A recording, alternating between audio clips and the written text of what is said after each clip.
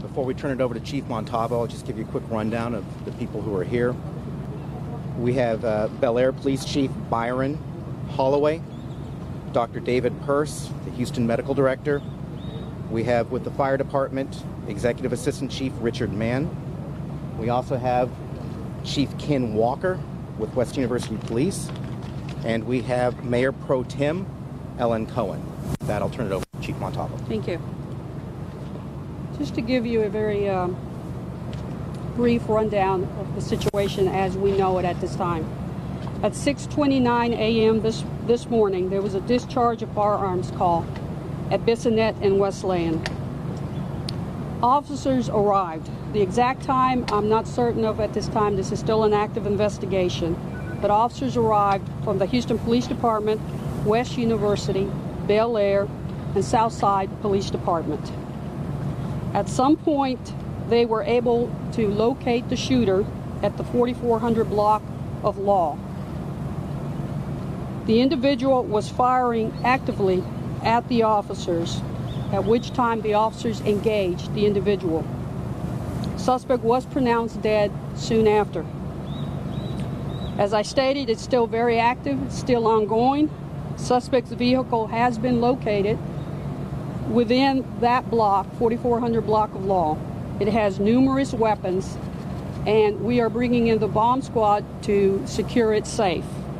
Once we have done that, we will also secure the suspect's apartment. We are still asking everybody, all the individuals who live near this area, to still secure in place until we can secure the scene fully. At this time, we have no information that there was a second shooter. Six individuals were transported to the hospital. 3 were treated and released for a total of 9 individuals. 1 is in critical condition, and that individual is at Herman Memorial. 1 individual is in serious condition, and that individual was taken to Benton. I have been in constant communication with the mayor, discussed the information as I knew it at the time. In addition to that, Mayor Pro Tem Cohen has been briefed, and as you can see, is here at the scene as well. I'm not going to confirm the suspect's information at this time because we're still working through it. What I will confirm is that the information we have at this time is that he is a lawyer, and there were issues concerning his law firm. The FBI is on scene and is assisting us in our investigation. Chief, Cliff Saunders at KTRH. I live in that building right there, and I was dispatched to the scene this morning. I was not there at the time of the incident, but there was an incident a couple of months ago with roofers. This gentleman, apparently from what my neighbors have told me, pulled out a gun, threatened them because they were making noise. My question is, do you have any information as to any other contact between HPD or any other law enforcement agency and this person? That is part of the active investigation. We're going to be pulling that up, as well as his Facebook page, social media, and everything that we can, and we will be updating you as we confirm this information. For the residents of that complex, I understand they've either been evacuated or there's a shelter in place. How long do you anticipate that being ongoing? I can't give you an exact time. We have secured safe the deceased body. We are now working on the vehicle, and then we will work on the apartment. Once all of that is completed, and it does take time, because we have to do it in a safe manner that's safe to the officers as well as to, the individuals that are still possibly still located here. Did he say anything to the officers when he had contact with them this morning? It's my understanding he did not. He just began firing at the officers. And he was just firing indiscriminately? As far as I know at this time. And you're confirming he lives here then? The neighborhood? We are confirming that he lives in the neighborhood. You think he does that? Yes. Can you walk me through a little bit of the scene? Because the initial call was there at the Wesleyan. We've seen some of the vehicles shot out. You all interacted with the guy here at Wesleyan and Law. Was it a moving scene? I can't confirm that right now. What we think possibly happened is it stayed within that parameter, but as the victims left, the ones that could, possibly came to this location. But again, that's information that we're going to have to confirm once the investigation is more thorough, more complete. Can you talk to me a little bit about the weapons inside? You specifically used weapons and not the word explosive.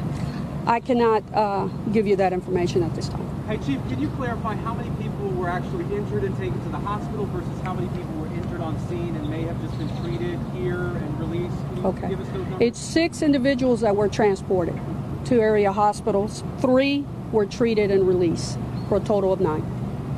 And are you ready to call this an act of terrorism? Is this guy a terrorist? I'm not ready to confirm that, no. What I can confirm is that it was an active shooting situation. How long passed between the call and when the shooter was confirmed dead? I don't have that information at this time. Can we talk a little bit about what it could have been? I mean, it seems for 9 people, 3 of which were able to, not need to be taken to the hospital. Firefighters showed up. They realized this was an active shooter situation. With all the law enforcement here, can you talk to me about how smoothly this whole thing went off?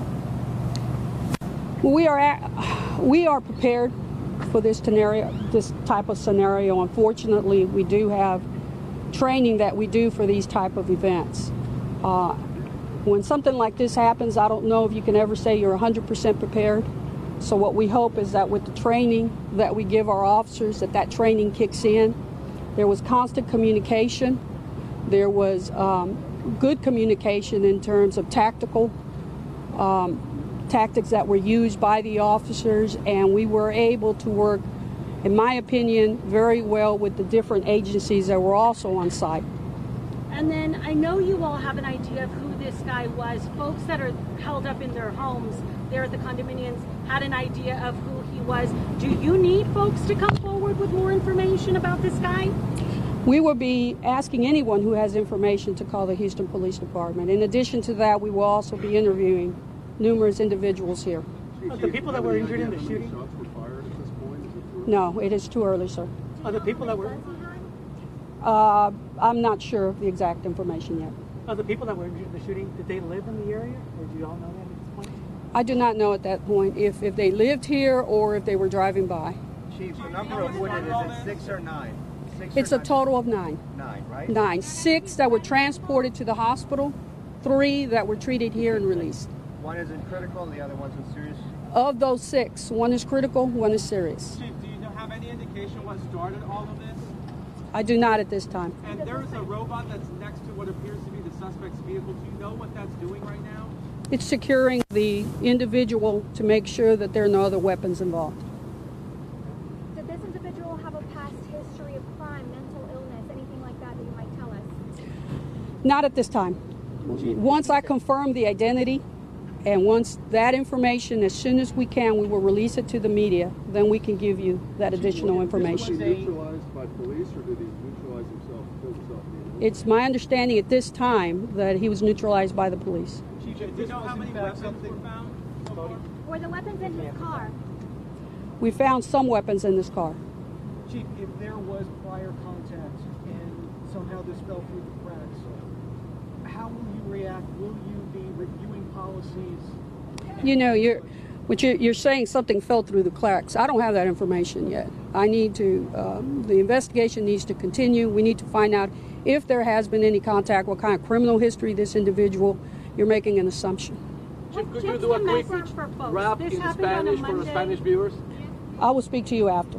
Thank you, madam. Really quick, what's the message to Houstonians that are watching? This happened on a Monday morning, a couple blocks away as we were driving to the scene. Kids were biking to school. What's the message? What we always tell people is to be alert of their surroundings, and we do training on active shooter situation. We ask people to, if they can, run away from the scene immediately. If they cannot run, then obviously hide. But we will get here, the police will get here as soon as possible and do everything in their power to secure the scene and to secure the individuals who are in harm's way.